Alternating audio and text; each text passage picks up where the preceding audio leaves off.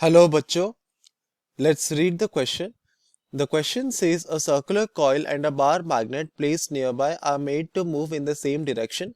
The coil covers a distance of 1 meter in 0.5 seconds and the magnet a distance of 2 meters in 1 second. The induced EMF produced in the coil is. तो इस question को solve करने के लिए हम जो की concept use करेंगे वो होगा हमारा कॉन्सेप्ट ऑफ ईएमएफ इंडक्शन। तो हम जब ईएमएफ इंडक्शन की बात करते हैं इसका क्या मतलब होता है हम इससे पहले एक्सप्लेन करेंगे। तो लेट अस सपोज कि हमारे पास एक कॉइल है, ठीक है, और ये हमारा बार मैग्नेट है। तो ऑब्वियसली इस बार मैग्नेट की वजह से तो हम यहाँ पे मेंशन कर सकते हैं कि ये हमारा बार मैग्नेट है। तो इस बार मैग्नेट के वजह से इसके अराउंड एक मैग्नेटिक फील्ड एग्जिस्ट करेगी। तो अगर ये हमारा नॉर्थ पोल है, ये हमारा साउथ पोल है, तो कुछ इस तरह से एग्जिस्ट करेगी अराउंड द रीजन। तो हम कह सकते हैं कि हमारा जो कॉइल है इनिशियली वो एक certain amount of magnetic field lines इसके थ्रू पास कर रही होगी। तो ये हमारा हो जाएगा magnetic flux. Magnetic flux phi जो होता है वो हमारा डिटरमाइन करता है कि कितने number of magnetic field lines हमारे गिवन बॉडी से पास कर रहे हैं। तो अगर हम ये कॉइल एग्जिस्ट कर रहे हैं तो कॉइल का अगर डिस्टेंस हम लोग इनिशियली ले ले x1, तो x1 डिस्टेंस में कोई एक particular amount of magnetic field lines हमारे कॉइल के थ्रू पास कर रही होगी, जिसकी वजह से इसका फ्लक्स हो जाएगा φ1। अगर हम क्या करेंगे इस मैग्नेट को अब इसके पास ले आएंगे, ठीक है, अब इसका डिस्टेंस हो गया x2 such that x2 is less than x1। इस केस में हम देखते हैं कि हमारा φ2 जो होगा वो ग्रेटर देन φ1 हो जाएगा। इसका मतलब होता है कि हमारा जो मैग्नेटिक फ्लक्स है वो इंक्रीज कर रहा है। क्यों? क्योंकि मोर मैग्नेटिक फील्ड लाइंस हमारा पास कर रहे हैं। तो हम बोल सकते हैं कि क्योंकि हमारा more number of magnetic field lines pass कर रहे हैं थ्रू द कॉइल, तो इसका मैग्नेटिक फ्लक्स चेंज हो रहा है, इंक्रीज कर रहा है। तो आप देख सकते हैं कि हमारा मैग्नेटिक फ्लक्स चेंज हो रहा है, दैट इज डी फाई।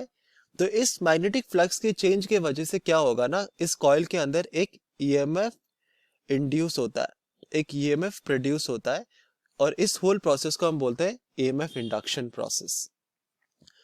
और हमारा जो अमाउंट ऑफ ईएमएफ प्रोड्यूस होता है E, that is equal to minus of D phi by D T. इसका मतलब हम बोल सकते हैं कि हमारा जो ईएमएफ प्रोड्यूस्ड होगा that is directly proportional to the change in magnetic flux linked with the body. अब अगर क्वेश्चन को हम देखेंगे, क्वेश्चन में कहा गया कि इनिशियली हमारे पास एक सर्कुलर कॉइल है और एक बार मैग्नेट है। तो ये हमारा सर्कुलर कॉइल हो गया और ये हमारा बार मैग्नेट हो गया। जैसे कि हमारा सिमिलर कॉन्सेप्ट था, इसके अगेंस्ट एक, इसके थ्रू एक मैग्नेटिक फ्लक्स फ्लो कर रहा होगा, ठीक है।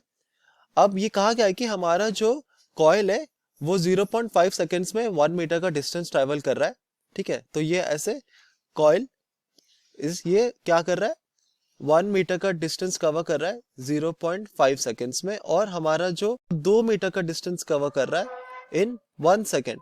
बट इसमें जो इंपॉर्टेंट फैक्टर है कि ये दोनों ना सेम डायरेक्शन में मूव कर रहे हैं, सेम डायरेक्शन में मूव कर रहे हैं। इनका इसका मतलब है कि इनके बीच का जो रिलेटिव वेलोसिटी है, तो हम बोल सकते हैं कि इनके बीच का जो रिलेटिव वेलोसिटी है वो जीरो है।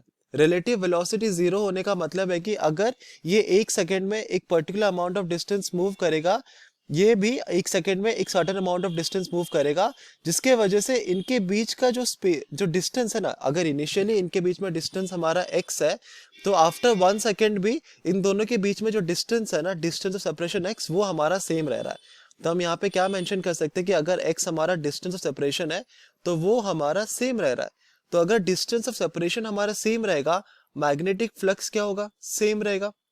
डिस्टेंस ऑफ सेपरेशन अगर सेम रहेगा तो same number of magnetic field lines हमारे कॉइल के थ्रू पास करेगी।